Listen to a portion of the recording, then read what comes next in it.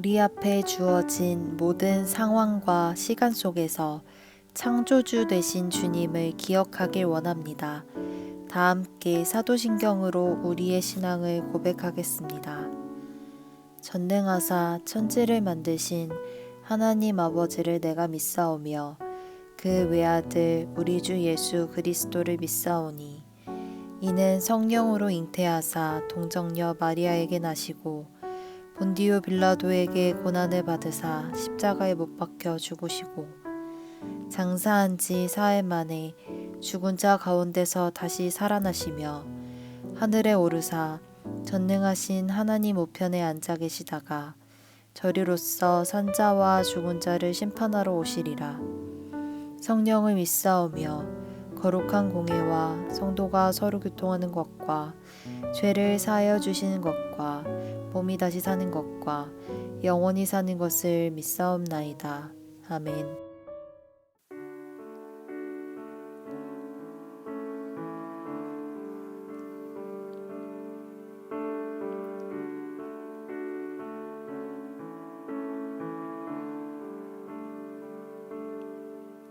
주님 내 길을 잘 아시고 내 걸음 아시네. 어둠에서 빛을 내시는 그분을 믿네.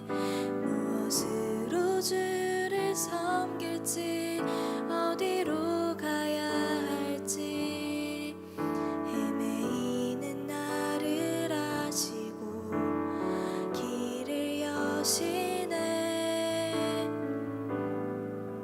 주님 내 길을 잘 아시고 내 걸음 아시네. 어둠에서 빛을 내시는 그분을 믿네. 무엇으로 주를 섬길지 어디로 가야 할지 헤매이는 나를 아시고 길을 여시네. 내 삶은 주의 것, 내 삶은 주의 것, 온전한 신뢰를 주께 드리네. 보이지 않아도 믿음으로 걷네. 주 영광 바라보며 주만 따르네. 내 삶은 주의 것, 내 삶은 주의 것, 온전한 신뢰를 주께 드리네. 보이지 않아도 믿음으로 걷네. 주 영광 바라보며 주만 따르네.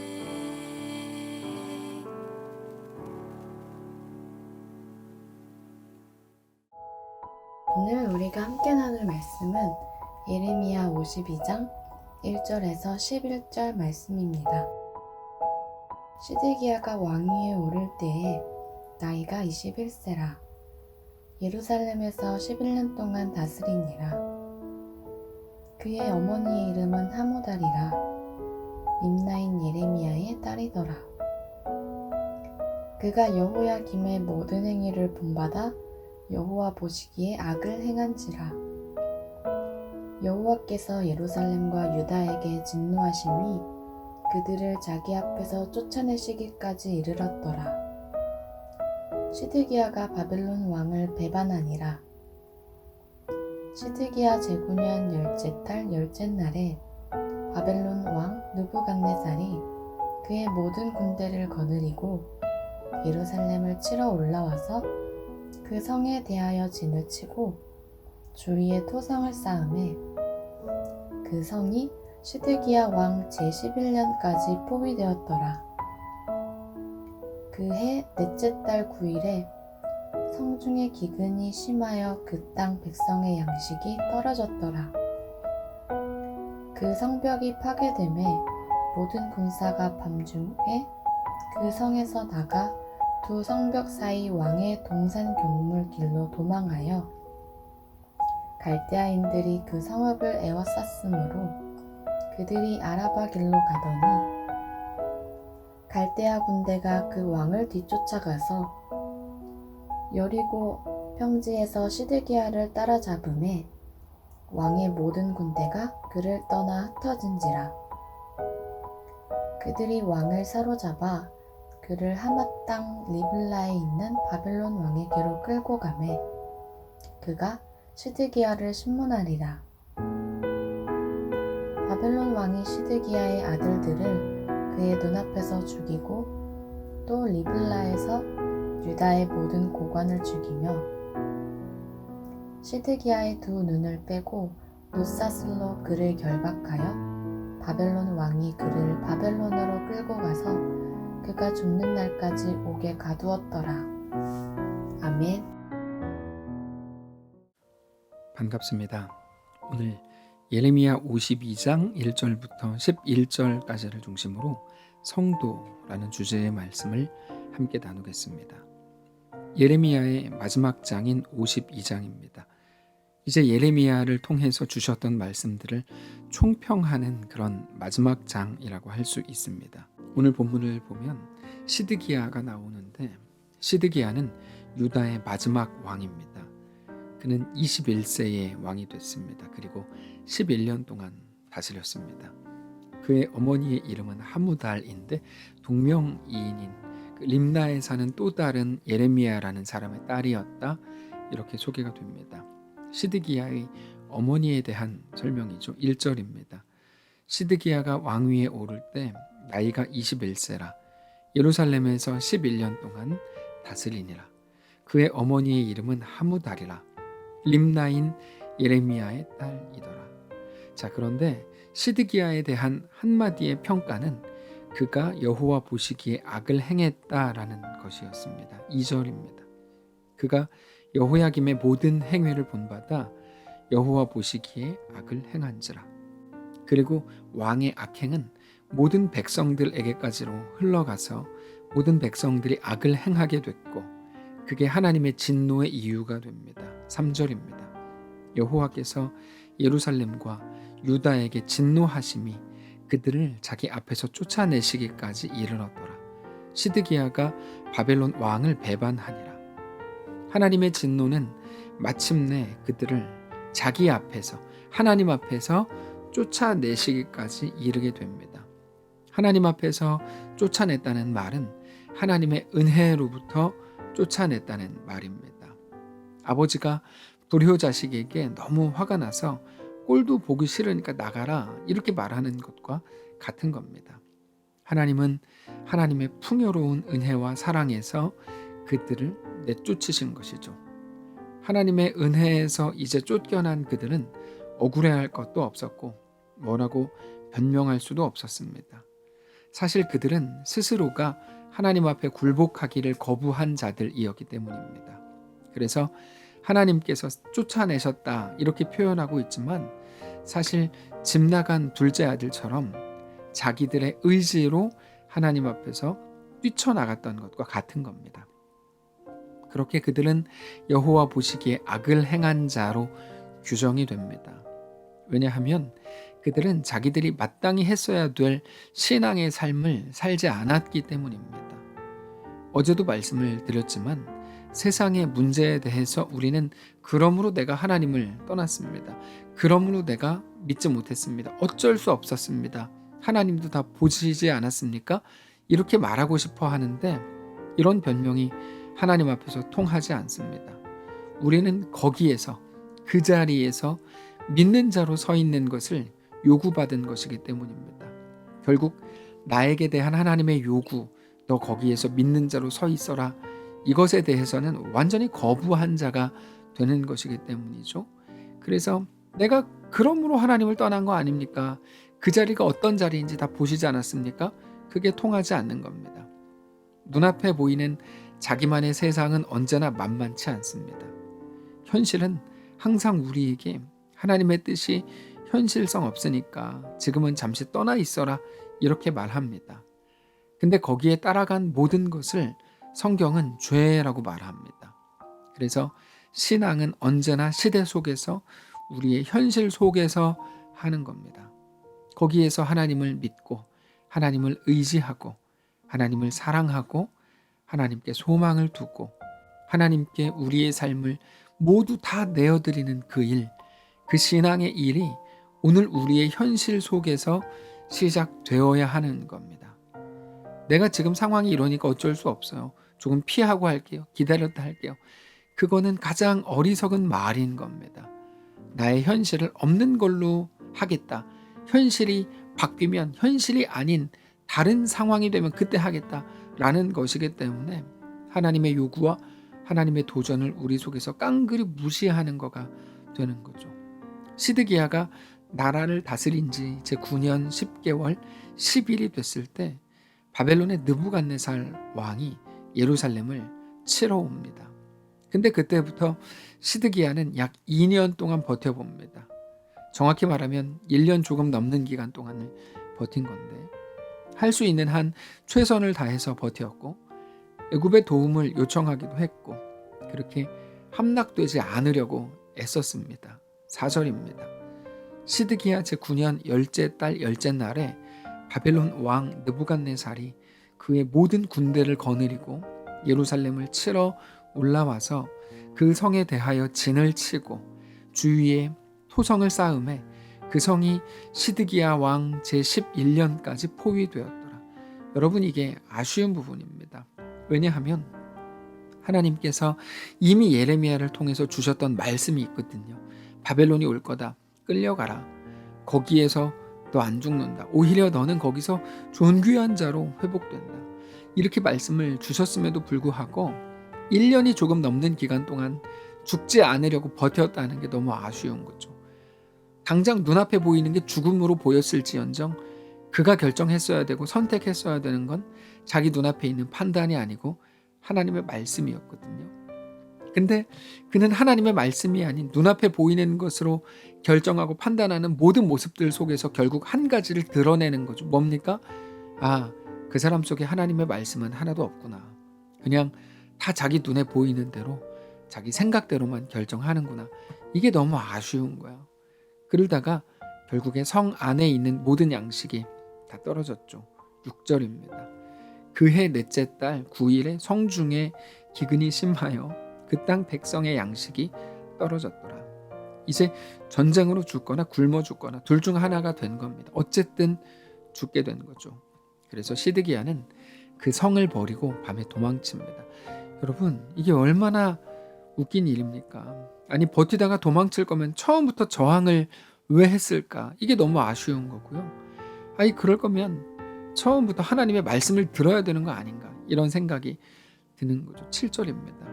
그 성벽이 파괴됨에 모든 군사가 밤중에 그 성에서 나가 두 성벽 사이 왕의 동산 견문 길로 도망하여 갈대아인들이 그 성읍을 에워쌌으므로 그들이 아라바 길로 가더니 그런데 그마저도 바벨론 군대에게 발각돼서 붙잡힙니다. 8절입니다.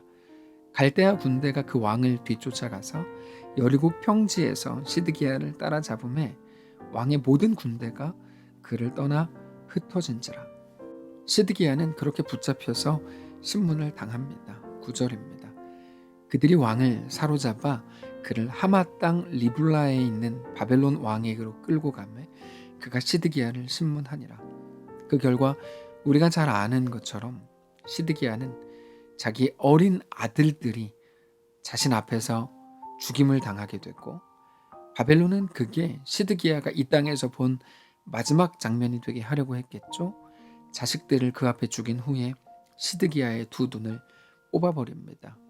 너무나 잔인하고 고통스러운 일을 당하게 된 거죠. 그렇게 시드기야는 바벨론에 끌려가서 죽을 때까지 감옥에서 지내게 됩니다. 10절입니다. 바벨론 왕이 시드기야의 아들들을 그의 눈앞에서 죽이고 또 리블라에서 유다의 모든 고관을 죽이며 시드기야의 두 눈을 빼고 놋사슬로 그를 결박하여 바벨론 왕이 그를 바벨론으로 끌고 가서 그가 죽는 날까지 오게 가두었더라. 우리는 이런 모습들을 보면서 결과론적인 해석을 자주 합니다. 그 사람이 이런 일을 당한 것 보니까 그는 죄를 짓고 형벌을 받은 게 분명하다, 이런 식이죠. 근데 여러분 잘 기억하셔야 되는 게 하나 있는데요. 우리 인생은 결과론이 아닙니다. 언제나 현재 진행형입니다.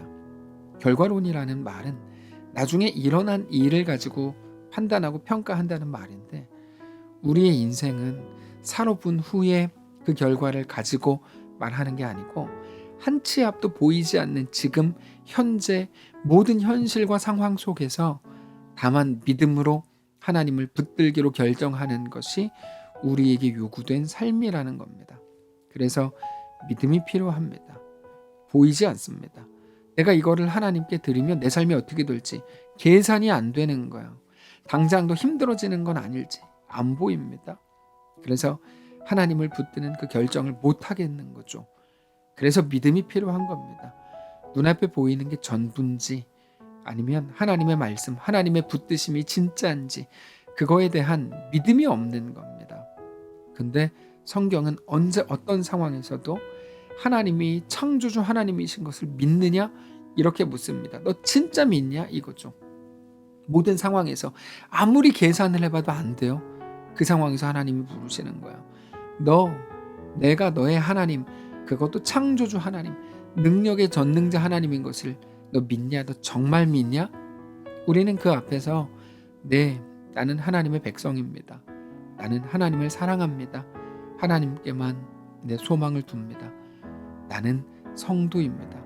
이렇게 고백을 해야 되는 겁니다. 그 고백이 우리에게 요구된 하나님의 명령이라는 거죠. 사랑하는 성도 여러분, 이제 예레미야가 거의 끝나가는데 우리의 삶을 꼭 돌아보실 수 있기를 바랍니다. 우리 현실은 무엇인지, 현실은 우리에게 끊임없이 뭐를 말하는지, 너 눈에 보이지도 않는 하나님 믿는다고 하면서 현실적인 것들 너 진짜 포기할 수 있냐?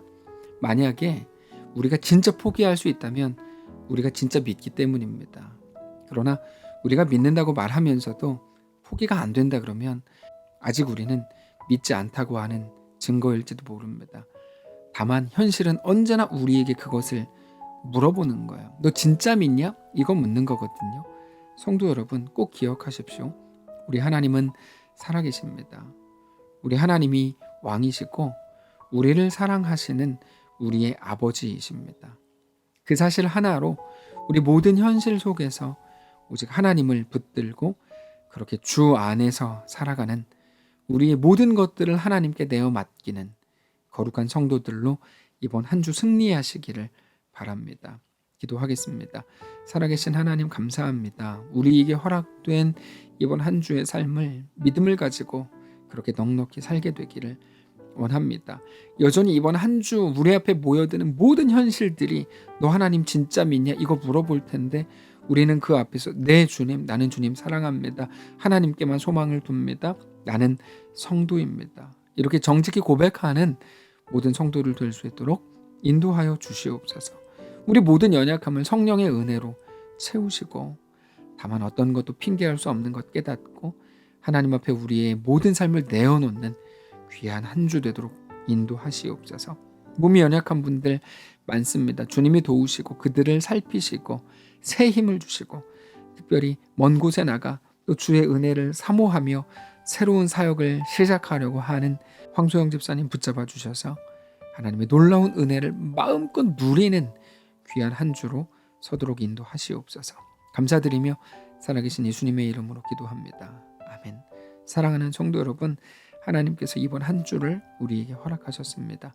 새로운 한 주, 새로운 날 믿음으로 승리하시기를 바라고 몸이 연약한 분들 위해서 꼭 기도해 주시고 또 먼 곳에 나가서 믿음으로 사역들을 감당하려고 하는 황소영 집사님과 함께 그를 위해 기도함으로 그 사역에 동참하시는 멋진 한 주 되시기를 바랍니다.